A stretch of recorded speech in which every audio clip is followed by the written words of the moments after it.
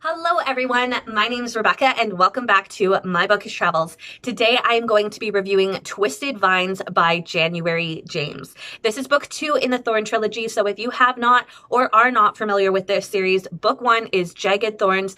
Go to the description box below, you can click the link and go and watch my review for the first book. Reason being is the first bit of it is non-spoiler, but I'm going to be jumping right into this book at the start, and I just don't want to wreck it for anyone. I feel like because this is a dark romance, a lot of the angst and feelings and emotions come about as the story is revealed when you read it. If I spoil that, it's going to take away a lot of that first time feelings that you get when you read a dark romance. So don't spoil yourself. Go and check it out. And then once you've read Jagged Thorns, you can read Twisted Vines and you can come back here. All right, for those of you that are just kind of curious about general things, in the first book, I had some concerns and questions that were left unanswered. And I really wanted to see some expansion on them and some answers. And January James totally did it, guys. It was so brilliant. I loved getting to see those unanswered questions resolved. I loved getting a little bit more of the history. And she did such a good job with the writing, making it very much anxiety and heartbreak and emotionally driven when it comes to the writings, because she just went all in with this one, and I have to give her 100% kudos for that, because this one was such an emotional roller coaster. So let's jump into the non-spoiler section now. Obviously, the story is going to pick up where Jagged Thorns ended. Vivian has just discovered how the red tops are grown, how they're nourished, and how they flourish. And this is very, very, very upsetting to her.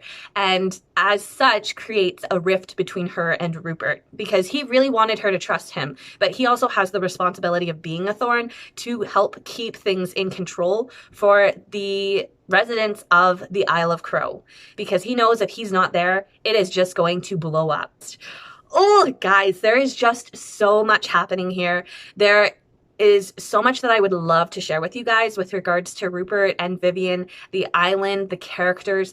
But to go into further detail is just going to end up spoiling you guys, because there are so many interwoven vines. This title works so well because it's called Twisted Vines. It is the truest way to describe this. There are so many interconnecting twisted vines in this story that for me to say anything non-spoiler is going to spoil something else. But if you guys are ready for an emotional roller coaster, if you guys are ready to have your world blown on a dark romance, if you're ready to love and hate every single thing that's going on in this story, if you want to read a book that is so quotable that it is ridiculous, I honestly want to make a whole video just with me like stating quotes that are from this book, because they were so amazing. Guys, you need to check out this book or this series if you have not already. There is development in the characters themselves. There are revelations that happen that you didn't even know you were needing. There are things that happened that you can't even imagine being part of a character backstory. And on top of it, there is definitely some steamy scenes that make you question your rational mind. Rational mind. Okay. That is it for the non-spoiler. It was literally just me rambling on things that this book, guys, so good. If you haven't read it, though, do not continue, because if you do, you're just going to spoil yourself, and you cannot blame me for that once you've done it. But if you have read it, then I have an entire page of spoilery things for us to discuss. Yes, I did write notes, because this series makes me write notes, because I am legit about the things we are going to discuss. All right. So last warning, if you are still continuing to this point, you are going to spoil yourself on some major things, because I'm going to start off with some of them right away, and I don't want to do that to you. So here we go. So first thing I want to mention and just clear the air, did Rupert's mother's name change? I thought her name wasn't Iris. For some weird reason, I do not think his mother's name was Iris in book 1. Or am I just losing my mind and her name is actually Iris in book 1 and I just don't remember it? So that's the first thing. I just wanted to clear the air. I was very confused when Iris appeared, because I was like, who is Iris? But it appears to be his mom, and I didn't think that was her name, but okay. Now, moving on to some of the answered questions that I got from book 1 that I wanted to know. So first and foremost, Ossian was 100% responsible for her accident, guys. We can clear that air. I knew it was him. I knew it. I also knew later on when it got revealed, I was so excited because I had a feeling this one was legit. Rupert is not their biological child. Thank goodness this man is not related to them at all for any DNA. But the real spoiler was neither is Hector. Guys, Hector's not their kid either. Hector is legit Rupert's full brother. And Ossian is the traditional real Thorn child. And he just needs to hit the caboose. Gone.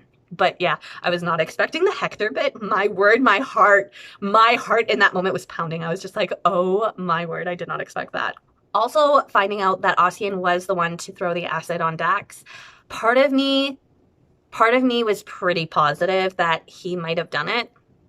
But then there was a small part of me that was thinking there's no way that Ossian would have done that to his own brother. But yeah, power, control, it makes monsters of men. And then we did actually get some answers and resolutions regarding Peggy's chronic pain that she has. So a lot of it is induced because of the stress of losing her parents, the stress of school. Also, we end up finding out in her backstory that she was being groomed by a pedophile 30 years older than her, and totally did not expect that information to have been revealed. I did not expect that story. Like, that literally made me put my phone down, and I just needed to take a few minutes to process reading that.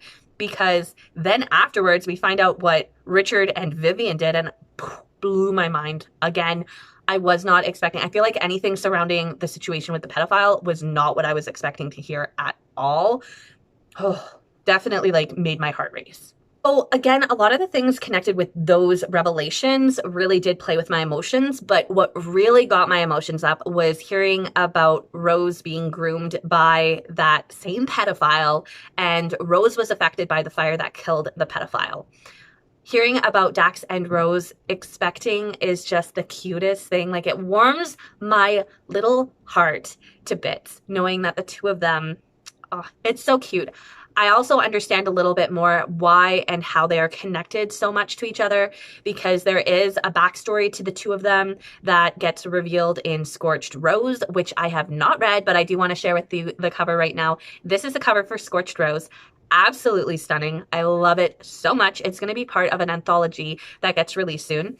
I wanted to sit down and film this video before I actually read the short story because I wanted my emotions and feelings to be specifically connected with Twisted Vines. This cover, though, is superb. It is a Beauty and the Beast retelling, and I cannot wait to see more to it. But hearing how the two of them both have scars from their past that they're kind of bringing forward into their present life, my emotions were just all over the place at this point in time.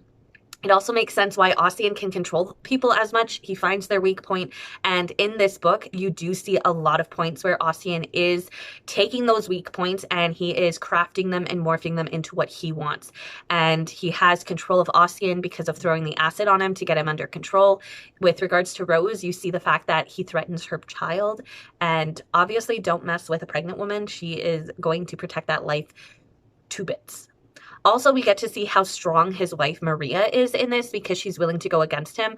Also, how smart she is because she's made him think that he's the one that's not able to produce an heir. And in reality, she's actually taking birth control to abstain from that happening because she absolutely detests the man. But she is just such a character that I really want to see these female characters flourish in the final book because Rose, Maria, Minty, Vivian, and Adele. These are some wise, strong women that I want to see pick up and kick butt. I need a girl squad moment to happen in book 3, and I will be the happiest reader because I think that these women, if they pull together, they are going to be able to overturn everything taking place, and nobody's going to expect it in the least.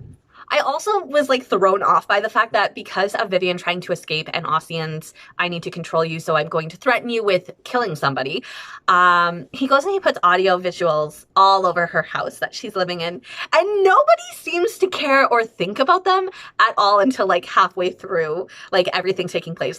They'll come in and they'll be having a full-on conversation about something where you're no one else should be hearing this. Or, for example, Rupert will show up and the two of them kind of, There's a scissors scene, guys. Scissors. Yes, you heard me correct. I'm sorry. When you asked me what I said, I thought, you probably didn't hear. Yes, I said scissors. There is a scissors scene in the wall.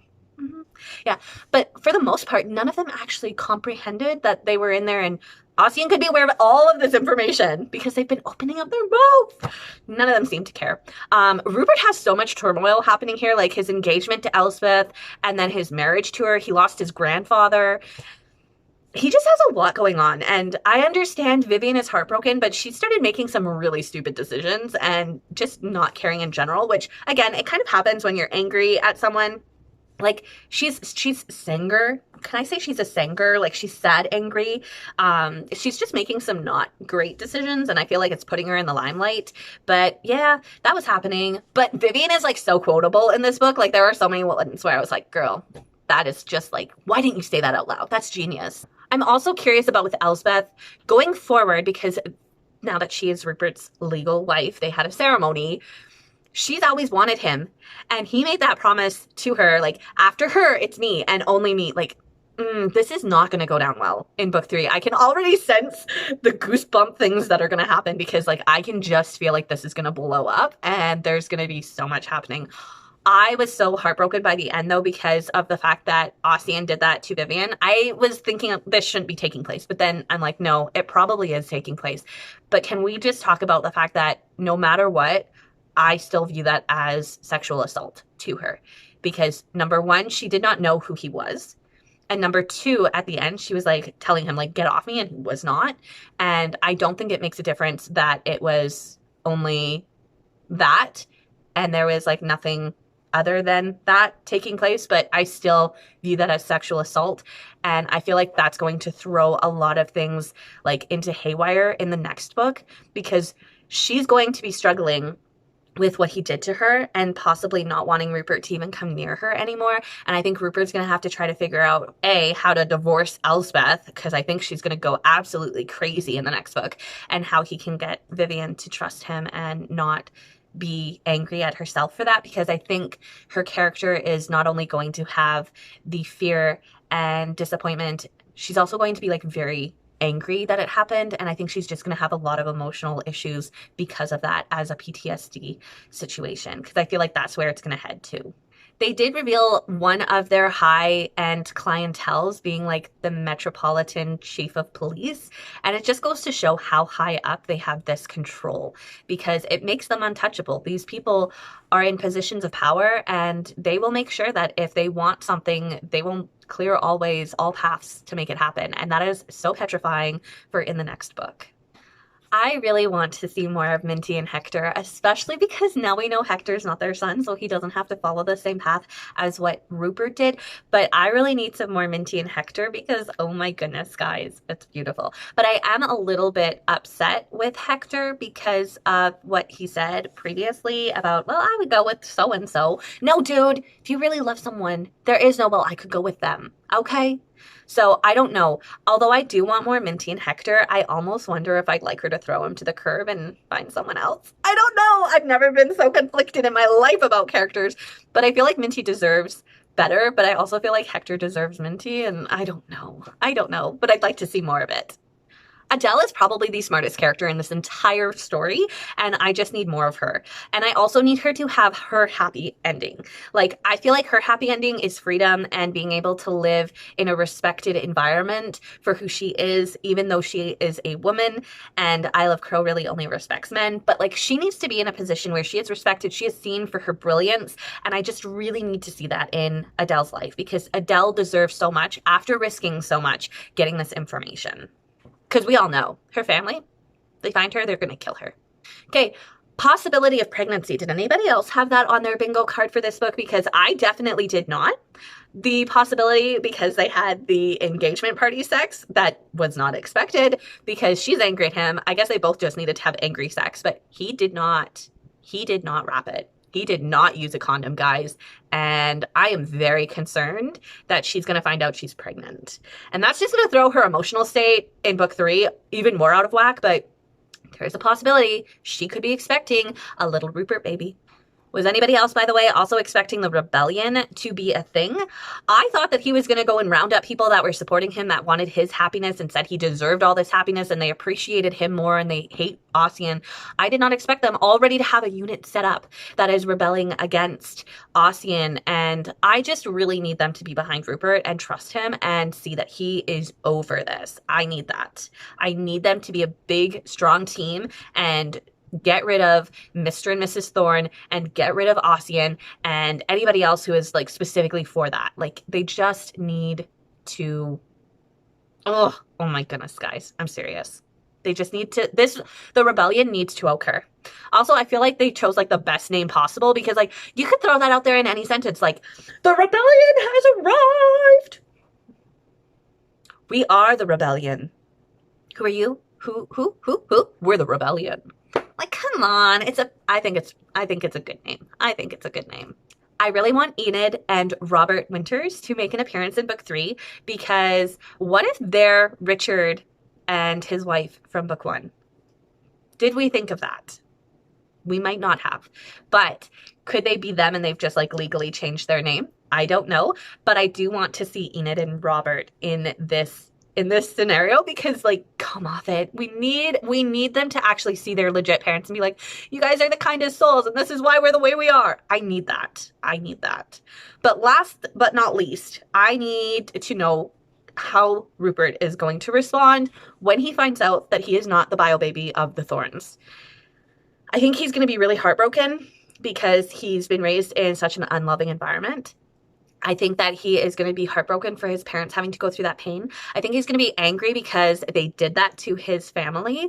I think he's going to be distraught because he actually went through with what the Thorns wanted and he's not actually a Thorn and they have just caused so much more chaos in his life than they needed to. But I have left you guys with some of my thoughts and wants and theories for book 3 and I'm so excited to continue on with this series. What I'm going to do once I finish editing this and uploading this video is I'm going to read Scorched Rose because I need to know the prequel. I need to know how Dax and how Rose react to each other and just see their love flourish because I would love to see that. And so I know they're going to go through a lot of like anxiety and emotional situations, but come off it, guys. If you've read them in the book, like he is so in love with her and she loves him to bits and it's Beauty and the Beast. Like who doesn't? I've never met someone who said, I hate Beauty and the Beast. I've never seen that. Okay.